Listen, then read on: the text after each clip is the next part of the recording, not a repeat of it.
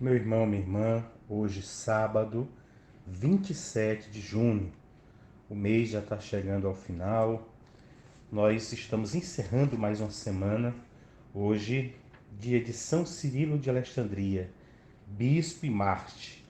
É memória facultativa, é sempre bom a gente lembrar dos nossos santos, lembrando que hoje, sábado, é o encerramento do festejo da Nossa Senhora do Perpétuo Socorro na comunidade deste nome, e também às 18 horas temos Santa Missa na Igreja Matriz com batizado, e às 19 horas lá no Perpétuo Socorro, o encerramento do festejo com a Santa Missa. Hoje, na data de hoje, em 1763, foi a elevação do Brasil a vice-reinado.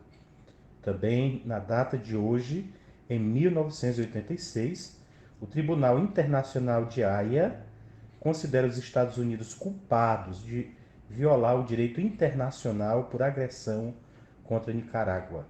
Hoje é Dia Mundial do Diabético, Dia Nacional do Progresso, Dia dos Artistas Líricos, Dia Nacional do Vôlei, Dia da Revolução Espiritual e o nascimento de João Guimarães Rosa.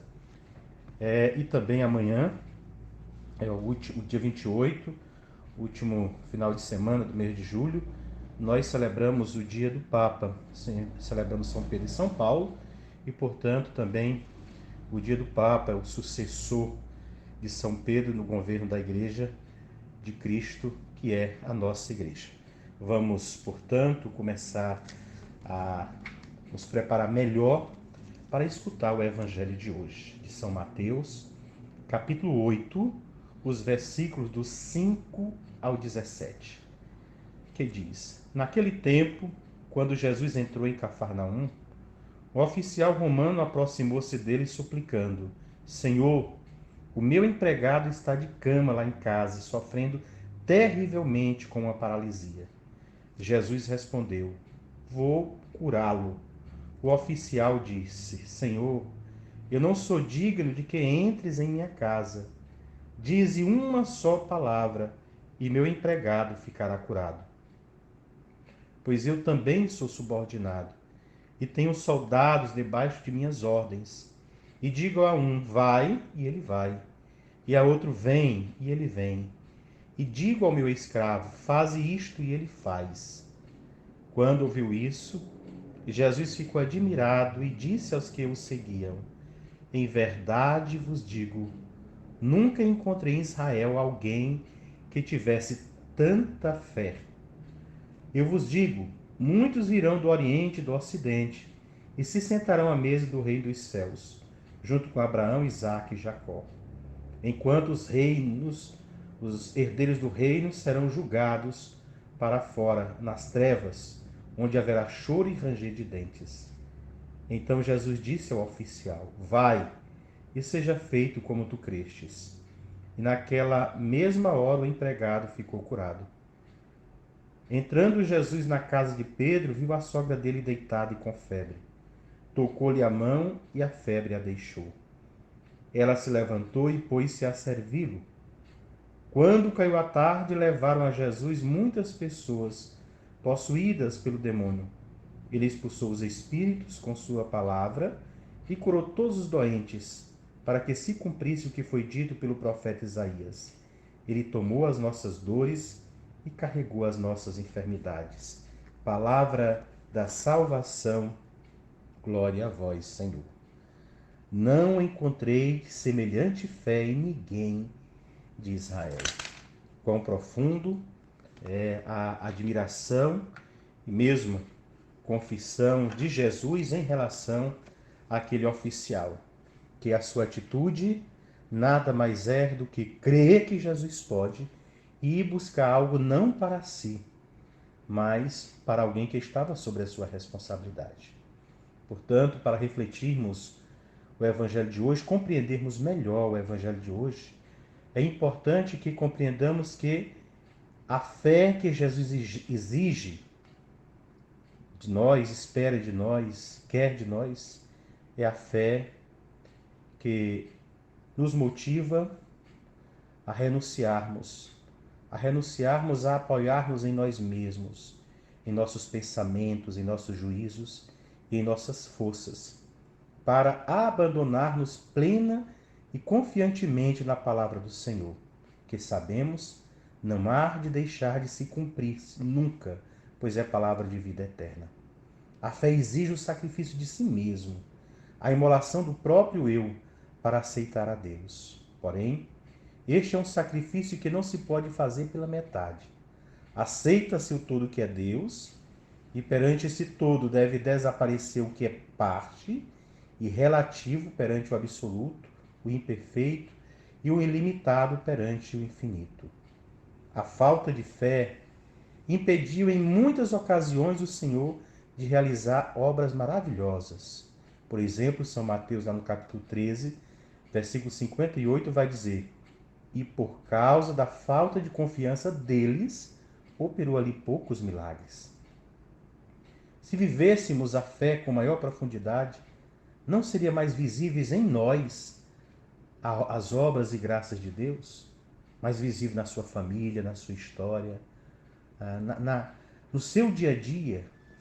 Portanto, falta mais confiança da sua parte em Deus. Falta mais você se jogar confiantemente nos braços do Pai. A fé do centurião, que nós escutamos no Evangelho, foi elogiado por Jesus. Pode-se dizer que a fé desse centurião conseguiu do Senhor o milagre da cura de seu subordinado. Não se poderia afirmar com igual verdade que nossa falta de fé fechou as mãos de Deus sobre nós e tantas vezes impede que aquela graça, aquele milagre, aquela cura que você quer seja para si, seja para os seus, ou para as pessoas que lhe pedem oração, nos pedem oração. Tantas vezes não acontece, não por falta da bondade e misericórdia de Deus, mas por falta da nossa fé. A falsa segurança de sermos descendentes de Abraão, às vezes, nos impedem, porque já nos vemos autossuficientes, assim como impediam nos judeus o livre desenvolvimento de uma fé pessoal e mais comprometida. Nós, consagrados pelo nosso batismo, podemos cair no mesmo erro dos judeus, de que já somos os privilegiados porque temos Deus na palavra, na Eucaristia, nos sacramentos, e assim não deixar ir crescendo mais e mais em nós o desejo de Deus, a busca por Ele e, portanto, a nossa convivência com o Senhor.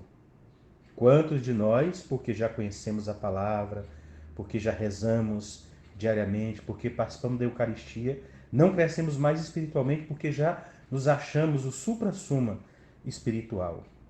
Enquanto que a nossa fé, a nossa espiritualidade deve ser todo dia renovada, reconstruída, reiniciada, para que de fato não percamos o caminho de Jesus e com Jesus. Como é bonito a gente ver que Jesus se admirou da fé daquele homem, daquele centurião. Enquanto Deus, não havia nada que Jesus não soubesse. Enquanto Deus, obviamente, que enquanto homem, muitas coisas que ele não conhecia, e que só depois é que, assumindo a sua total divindade na cruz, que ele toma pleno conhecimento. Mas certamente a admiração que ele fala aqui no Evangelho de São Mateus é para mostrar a nós e motivar a cada um de nós do quanto nós podemos alegrar o coração de Deus quando nós nos fizermos verdadeiramente caridosos, misericordiosos. Aquele centurião que tinha tantas pessoas sobre a sua responsabilidade, que certamente tinha tantos compromissos e compromissos exigentes, ele deixa para ir ao encontro de Jesus. Apenas naquele momento, um profeta como tantos outros da sua época. Mas o centurião vai porque sabe no seu coração que pode ser atendido por Jesus. E nem vai pedir para si, vai pedir por alguém que lhe é subordinado. E mais ainda, quando Jesus fala que vai curar, ele mostra, abre o seu coração e fala da sua imperfeição. Eu não sou digno de que entre na minha casa, porque eu também faço coisas que não devo. Olha aí, reconheceu, a fé o levou a Jesus, a misericórdia fez interceder pelo outro, a intercessão, que todos os santos têm esta virtude E esta característica e esta missão, e também nós, enquanto preparamos a nossa vida de santidade, já podemos interceder por as pessoas e fazemos isso tantas vezes. Infelizmente, fazemos mais por aqueles que nós de fato amamos, mas a intercessão deve ser feita por todos os que precisam. E ele confia em Jesus, age com misericórdia, pedindo por alguém que lhe é subordinado, abre o seu coração, reconhecendo os seus pecados, as suas limitações, age de maneira humilde e recebe a graça. Olha, e nós precisamos fazer este caminho. Nós precisamos reconhecer, de fato, Jesus como o Senhor, que Ele pode realizar as maravilhas, as graças que nós necessitamos, as que nós necessitamos e que outras pessoas necessitam, e nós precisamos pedir a Deus por essas outras pessoas. Certamente aquele seu servo que estava doente não pediu que o centurião fosse, ele que foi, assumiu e foi.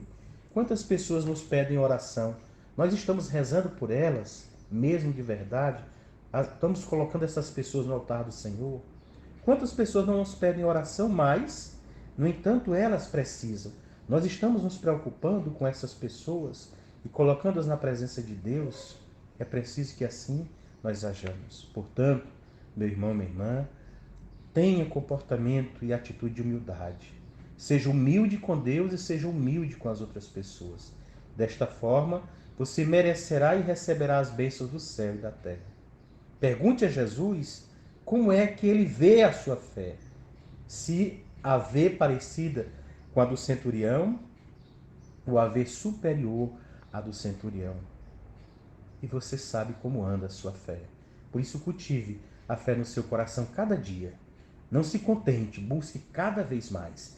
E desta forma, nós vamos uns intercedendo pelos outros. E de já, eu peço a você que divulgue este nosso áudio aos seus contatos, que motive as pessoas a se inscreverem em nosso canal TV Aparecida de Colinas, do Tocantins, para que nós tenhamos uma comunhão de irmãos e assim cresçamos nos ajudando uns aos outros. E deixe aí o seu comentário, pode colocar suas inquietações, mas deixe o seu comentário. A você, eu desejo que o seu final de semana seja abençoado, que a semana que vem seja mais de bênção e graça ainda, porque você confia no Senhor.